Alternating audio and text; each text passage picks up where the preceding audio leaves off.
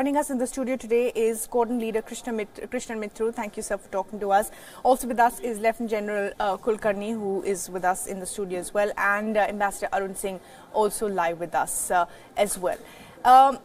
Ambassador Arun Singh, if I can come to you first. The Prime Minister, of course, has spoken yet again on the issue and, of course, applauded the efforts there of Captain Abhinandan. Your thoughts today as we are waiting Wing Commander Abhinandan to come back, India carefully managing the situation, making sure that it doesn't turn into a spectacle? Over the last few days, several important thresholds have been crossed, and India signaled on 26 February that it would respond when there is a terrorist strike on Indian soil from Pakistan. And I think that was an important message, because if you noticed, after India took the action, there has been broad international support for what India did. No country criticized India for crossing the line of control, for crossing the international boundary, because it was an action aimed at counter-terrorism and hitting a terrorist training camp. And even the US statement that came out after that spoke about legitimacy of India's concerns related to terrorism. So I think that is one thing that Pakistan certainly noticed, that across the world, there was an acceptance of the legitimacy of India's action. Then, of course, we had what Pakistan felt compelled to do on account of political compulsions on its army, on its civilian leadership, to show some response. And in the response that they did, one F-16 aircraft was shot down, and of course we lost one aircraft, and unfortunately our pilot had to eject and was on the other side of the line of control. So from that perspective, what is happening today is given back to us, coming across back to India, is clearly a gesture from the Pakistan side to try to show that they want to de-escalate the situation. Because the situation that has been there over the last few days has had costs for Pakistan. One, if you look at civilian traffic, air traffic in Pakistan has been disrupted completely. And there will be economic costs to Pakistan. If you look at all the various radar maps, they show airlines rerouting, avoiding Pakistan and finding alternative routes to coming to India and going beyond. The Pakistan economy would also take a hit. And all of Pakistan's major friends, US, UAE, Saudi Arabia, came down on Pakistan, putting pressure on Pakistan to deal with the situation and find a way to come out of this situation. And again, interestingly, today, the Indian Foreign Minister was guest of honor at the Organization of Islamic Conference. Now, this is an organization where Pakistan has been playing a leading role and has used this organization to criticize India repeatedly. In 1969, Pakistan had blocked India from joining this organization. And yet the chairman of the organization today, the Foreign Minister of UAE, recognizing India's role globally, recognizing the role of the Muslim community in India, and recognizing the value of the UAE-India bilateral relationship, has invited the Indian Foreign Minister to address the gathering as a guest of honor. And as a result, Pakistan stayed away from that meeting. So for Pakistan to be compelled to stay away from an organization where it has always tried to play a leadership role, where it has tried to use the organization to criticize India, there would be a message to Pakistan about the international isolation it is facing on account of its involvement with terrorism.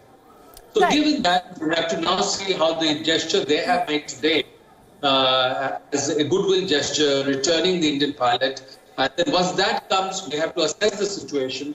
But of course, sustain the pressure on Pakistan on the subject of terrorism, diplomatically, internationally, and financially. Right.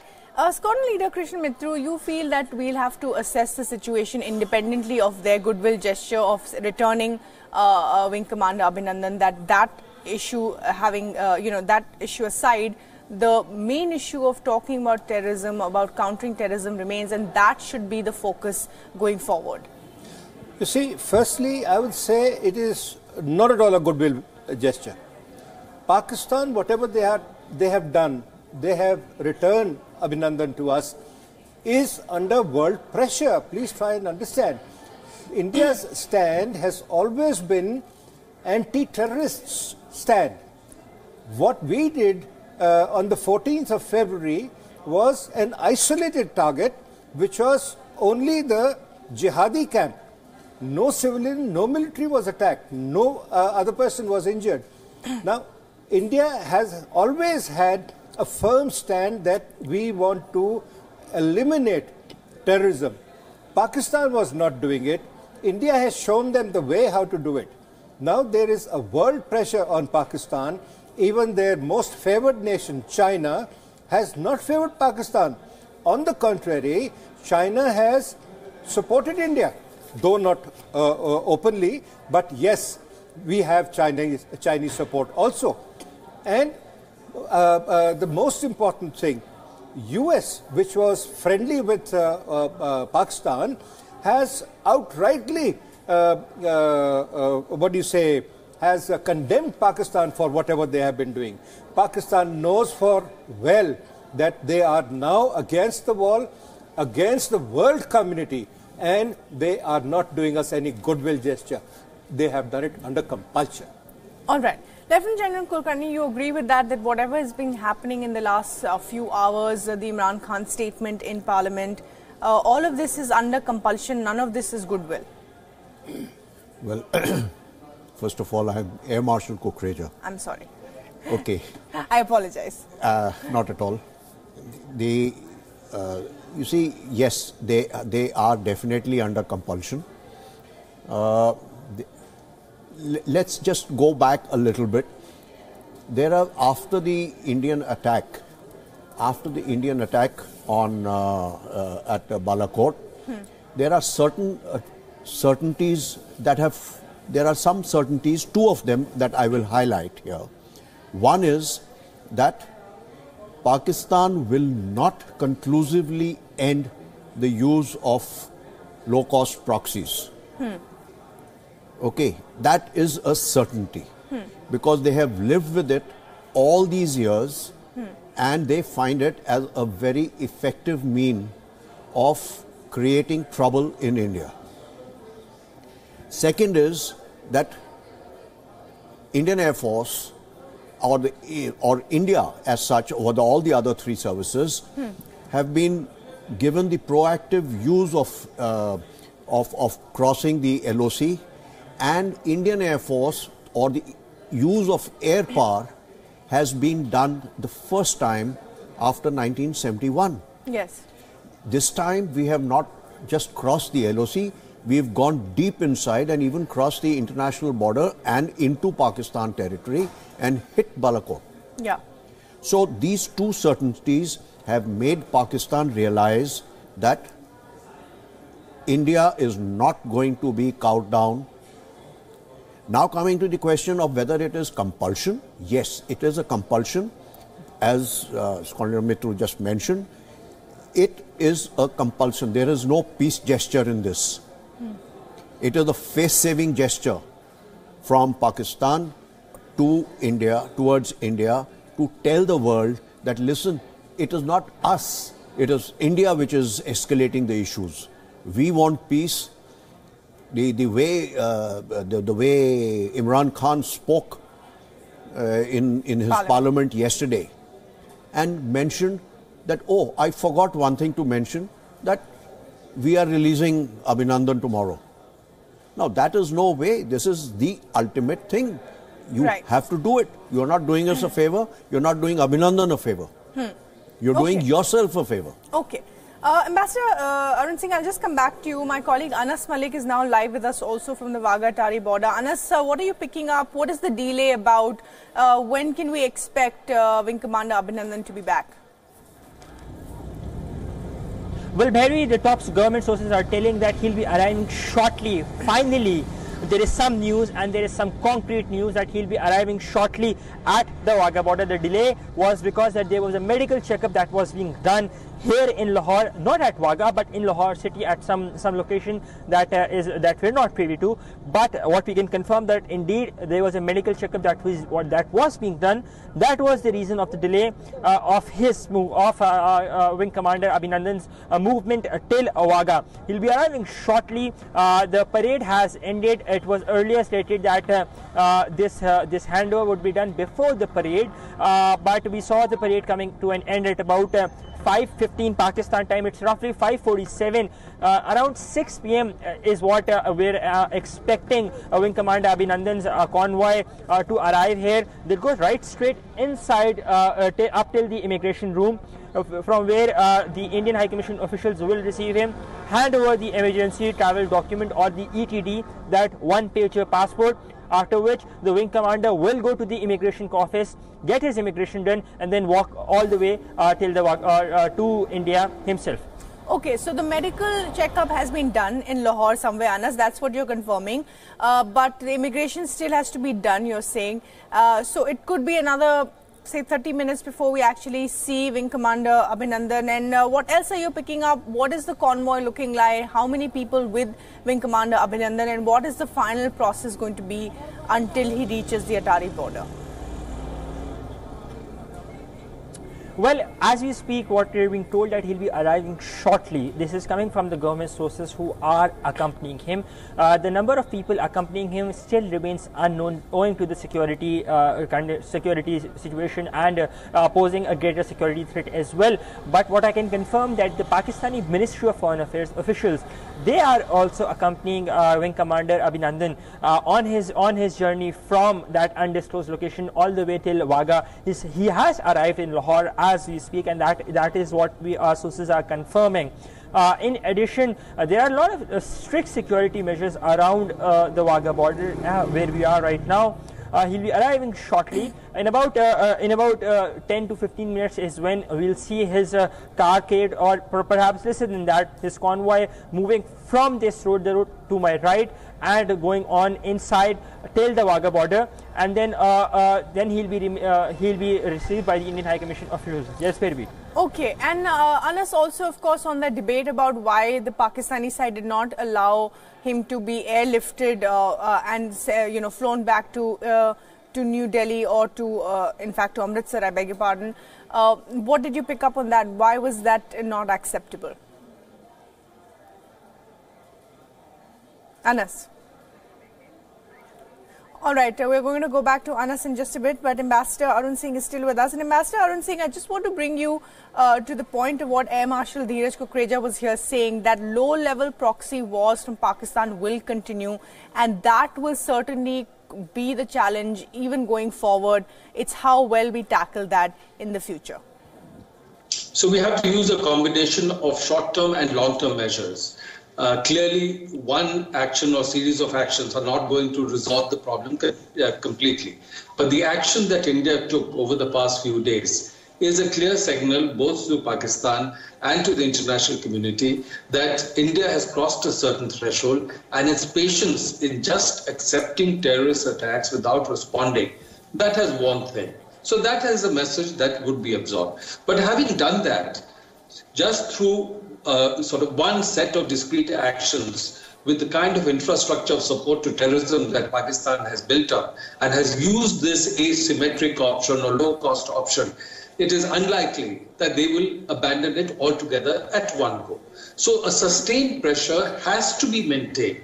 Some of it will obviously be through some kind of a military posture, but large part of it can also be through diplomatic, international and financial pressure on Pakistan. So given the current enhanced international concern, given the kind of support that India has got for the actions it took, for the response it gave after the terrorist attack, India needs, and I'm sure it will, continue to mobilize international support at the United Nations, at the Financial Action Task Force, which had recently passed strictures against Pakistan. And if Financial Action Task Force continues to keep Pakistan on the grey list or puts it further on the blacklist, then Pakistan's credit rating would go down.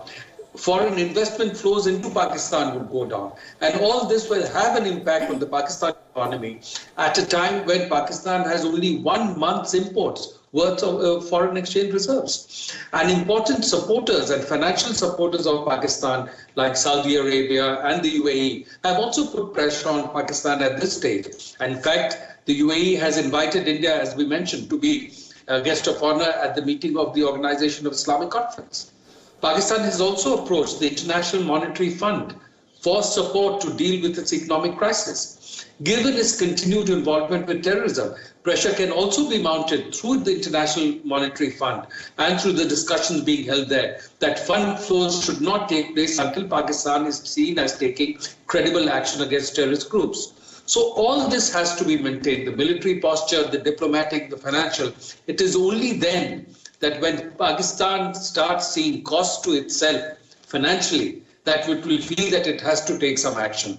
Because the Pakistan army, which is ultimately the final determinant in the kind of policy that Pakistan takes related to India, United States, Afghanistan or terrorism, when they find that the economy is being hit, then the kind of resources that they can get for the Pakistan army would also be hit. And therefore, there will be a cost to the Pakistan army. They will have to look at their options again. So I would say, with whatever has happened over the past week or so, it is now possible to maintain a different kind of pressure on Pakistan, a multi-dimensional pressure and international pressure to get them to take more action on terrorism. But that has to be sustained. One cannot expect that there will be an immediate reaction. Because again, I like to draw attention to the fact that between 2001 and until now, the United States has been present in Afghanistan.